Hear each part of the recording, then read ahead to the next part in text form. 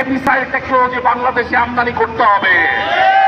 আমরা 30 লক্ষ জনগণকে পুষিয়ে খাওয়াতে পারি না।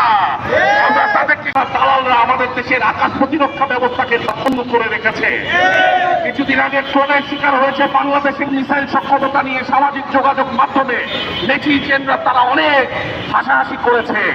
কারণ যেখানে আজকে পার্শ্ববর্তী দেশ মিয়ানমার তারা 700 কিলোমিটার রেঞ্জের মিসাইল ডেভেলপ করেছে, সেখানে বাংলাদেশের মিসাইলগুলো 100 কিলোমিটারকে পার হতে পারে না।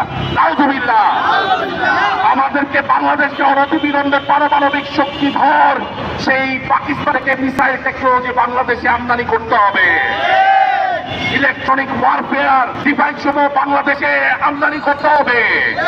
বর্তমানে ইরান সারা বিশ্বের মহাবৈশ্বিক শক্তিতে পরিণত হয়েছে। ইরান থেকে সিজিল, ফাতাহ, ইমাদ, সাইবার শাহ 4 এই বিমান সমূহকে, এই মিসাইল সমূহকে বাংলাদেশে আমদানি করতে হবে। তুরস্ক আয়রন ডোমের বিপরীতে তারা তৈরি করেছে, স্টিল ডোম তৈরি করেছে, মাল্টিলেয়ার এয়ার ডিফেন্স সিস্টেম তারা তৈরি করেছে। এই তুরস্কের মাল্টিলেয়ার এয়ার ডিফেন্স সিস্টেম বাংলাদেশে আমদানি করতে হবে।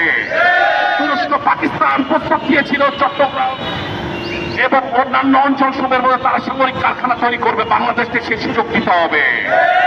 এবং প্রিয় দেশবাসী, আপনারা জানেন আমরা ফিলিস্তিনের মুসলমান জন্য ব্যথিত, আমরা ইরানি মুসলমানদের জন্য ব্যথিত। ঠিক তেমনই ভাবে রোহিঙ্গা মুসলমানদের প্রতি সমবেদনা প্রকাশ করে রোহিঙ্গা মুসলমানদেরকে অনতি বিলম্বে তাদের দেশে ফিরে যাওয়ার ব্যবস্থা করতে হবে। এজন্য বাংলাদেশ সরকারকে, বাংলাদেশ সেনাবাহিনীকে সেই ভূমিকা পালন করতে হবে। আমরা 30 লক্ষ জনগণকে পুষিয়ে খাওয়াতে পারি না। আমরা তাদেরকে সুসজ্জিত করে মুক্তিযুদ্ধ হিসেবে তাদের নিজ ভূমিতে প্রেরণ করতে হবে। রোহিঙ্গাদেরকে তাদের নিজ ভূমিতে স্বায়ত্তশাসন দিতে হবে। রোহিঙ্গাদের রয়েছে নিজস্ব ভূমি, নিজস্ব খাল, বিল, নদী, তাদেরকে সে মাছ চাষ করে নিজ ভূমিতে ফসল উৎপাদন করার স্বাধীনতা নিশ্চিত করতে হবে।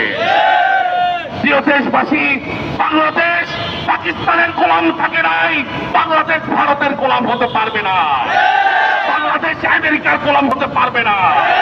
আমাদের নীতি হবে তোমরা জালিম হও না, তোমরা মজলুম হও না, নিজ সম্মানে গর্বে আমাকে মাথা উঁচু করে রাখতে হবে।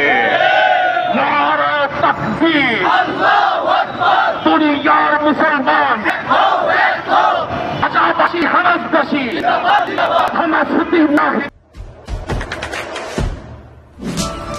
দেশে দেশে সবার সাথে দ্য নিউজ।